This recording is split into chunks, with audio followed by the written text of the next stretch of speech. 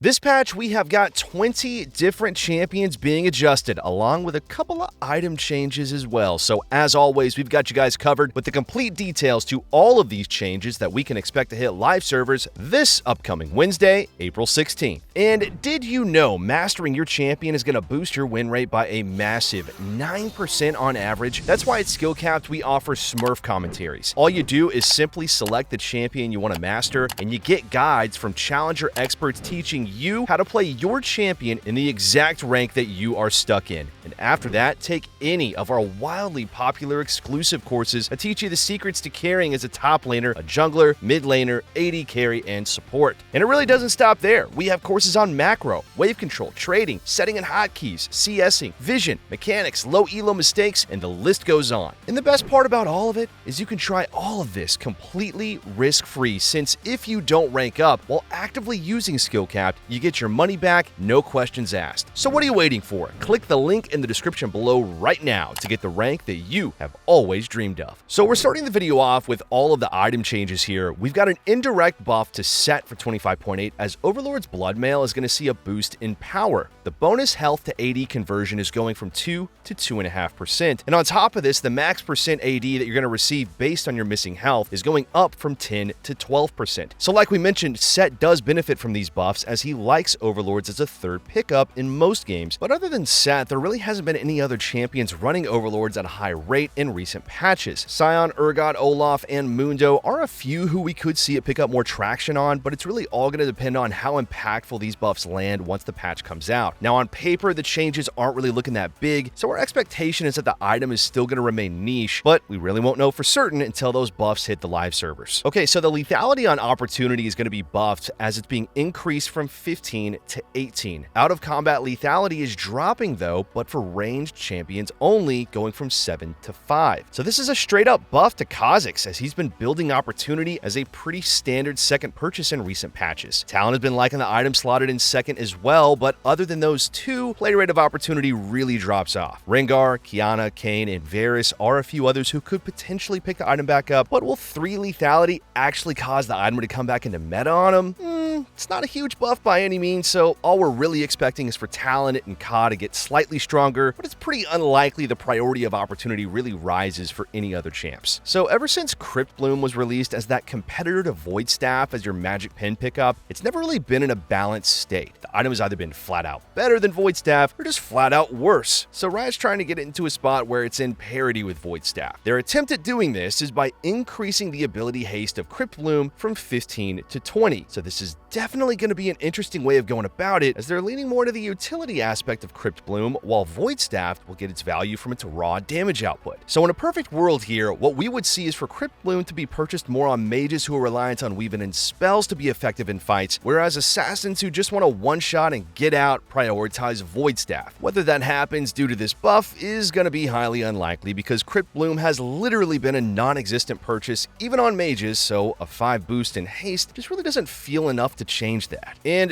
then for the final item change of the patch, we have a nerf to Deadman's Plate. The slow resist is being reduced from 25 to 15%, so Darius gets even weaker after his direct nerf from the last patch. Bard and Poppy get a bit weaker as they like to rush Deadmans. Now lots of other champs have been liking Deadmans as well, with Cho'Gath, Singed, Udyr, Garen, Mundo, Shin, and Rammus as the other high play rate users in behind Darius, Bard, and Poppy. Will the nerf be enough to force anyone off of the item though? That's going to be the big question. What we think is probably not for solo laners and junglers, but for support, we could see Trailblazer priority rise back up a bit. After all, Trailblazer is supposed to be the support version of Deadman's Plate, and on Poppy specifically, it does have a higher win rate than Deadman's despite its lower play rate. So after the items, let's move on to all of the champion changes now, and first up, we've got a buff for Blitzcrank. Passive shield based on max mana is going from 30 to 35% max mana. Q damage will see a significant boost, being increased by 5 at rank 1 of the spell, but by 25 damage when you have it maxed out. The 25.7 buffs to Brand did absolutely nothing to increase his solo Q viability, so Riot has another buff planned for 25.8. It's Brand's passive monster damage that's being increased from 215 to 240%. Hwei is going to be hitting a bit harder in the mid to late game, with his passive base damage going up, and his R base damage is being increased as well, but only at rank 2 and 3 in the spell. Mel has been in the dumps ever since she got nerfed nerfed shortly after her release, so she's finally getting a couple of buffs. Attack speed ratio is going up from 0.4 to 0.625, base health is being increased from 600 to 620, and passive damage per stack is up from 5 scaling to 20 to 8 scaling to 25. Renekton is getting a scaling buff to his R damage as it's being increased from 30 scaling to 90 to 30 scaling to 120. Shen is going to be buffed for a second patch in a row, and this time we have his Q slow being increased from 15 scaling to 35% to 25 scaling to 45%. W cooldown is also buffed in the early game, going from 18 to 16 seconds. W buff is honestly pretty interesting as the spell is so vital in certain matchups for Shen to look to trade effectively, so less of a window for auto attack reliant champions to punish you is going to be pretty dang nice. Singed is going to have his passive nerf reverted from last patch. Passive per target cooldown is going back down from 10 to 8 seconds. Lots of scaling buffs for this patch as Sona's Q damage will not be increased at all for the first point you have in the spell, but when fully maxed out, it's going to be up by 20 damage. We have 2 buffs lined up for Xerath for 25.8 as his passive cooldown refund per kill is being increased from 2.5 to 3.5 seconds, while Q damage is going to be increased by 5 at all ranks. A pretty minor buff for Zeri, but it's a buff nonetheless, as her R damage total AD ratio is being increased from 25 to 30%. Zoe will no longer have reduced damage on her Q if it hits a non-primary target, as the 20% damage reduction is being removed. Gwen is going to be losing a significant amount of damage from her E in the early game, as the base damage is dropping from 12 to 8, but it will stay the same at max rank. Lulu Nerf from 25.7 did absolutely nothing to reduce her relative power level, so another nerf is being issued for this patch, with her base health dropping from 595 to 565. Tristana has been a top-tier ADC recently, so a nerf is warranted. However, this may be going a bit too far. Our cooldown is going up by 20 seconds at rank 1 of the spell, while the damage on R is also nerfed by 50 at all ranks. After getting buffed last patch, we immediately see a follow-up nerf to Yone for 25.8. W max health damage is being lowered from 10 scaling to 14% to 8 scaling to 12%. Yorick's E is going to be adjusted for this patch as it will no longer have a base value and instead is going back to percent damage. It's going to deal 10% of the target's max health, which is actually different than what it was before, as it used to be a 15% current health ratio. R is also being changed so that the Maiden can no longer mark non-champion units. Yuumi is on the nerf list for this patch as her passive base heal is being lowered from 25 scaling to 110 to 20 scaling to 110. E shield takes a pretty decent hit, going from 80 scaling to 180 to 65 scaling to 165. We have some adjustments lined up for Ahri that aim to take her off of the AP bruiser build that has turned her into an incredibly OP champ. W base damage is dropping from 45 scaling to 145 to 40 scaling to 120. W AP ratio is going up from 30 to 40%. W cooldown is being increased by 1 second at all ranks. E AP ratio is being increased from 75 to 85%, and armor growth is dropping from 4.7 to 4.2. Annie's consistent damage is going to be lowered in exchange for greater burst damage in 25.8. Riot's doing this by lowering the Tibbers flame damage from 20 scaling to 40 to 8 scaling to 16, and AP ratio is going down from 12 to 4%. Tibbers auto attack damage is down as well from 50 scaling to 100 to 30 scaling to 60, while AP ratio drops from 15 to 10%. Annie's R is now going to passively grant her 10 scaling to 15% magic pin. Q AP ratio is going up from 75 to 80%. W base damage is up from 70 scaling to 250 to 70 scaling to 270. W cooldown is being lowered from 8 to 7 seconds, and health per level is being reduced from 102 to 96. Syndra is going to have some power shifted around in her kit for this patch as her W slow is being lowered from 25 scaling to 45% to 25% at all ranks. E base damage takes a big hit, going from 75 scaling to 235 to 60 scaling to 200. E AP ratio is up, however, from 45 to 60%. R base damage per sphere is down by 10 at all ranks, while R AP ratio per sphere is going up from 17 to 20%. So overall, less early game power in exchange for scaling buffs. And then for Aatrox, we have a change to his W where the damage type is being shifted from magic to physical damage. E healing ratio is going to be increased from 0.9% per 100 bonus health to 1% per 100 bonus health. Okay guys, one last thing. Our rank up guarantee is absolutely insane. It's kind of like signing up for the gym and then just getting a refund if you don't get ripped. That's how confident we are in skill capped. We obsess over making the best guides with the top players, the rigorous testing, and top tier video editing to make your climb as easy as possible. If you're ready to level up, just visit skillcap.com and literally see the difference. So that is going to do it for this one, guys. Those are all of the changes that are going to be hitting live servers this upcoming Wednesday, April 16th. Thank you all so much for watching, and we'll see you in the next one.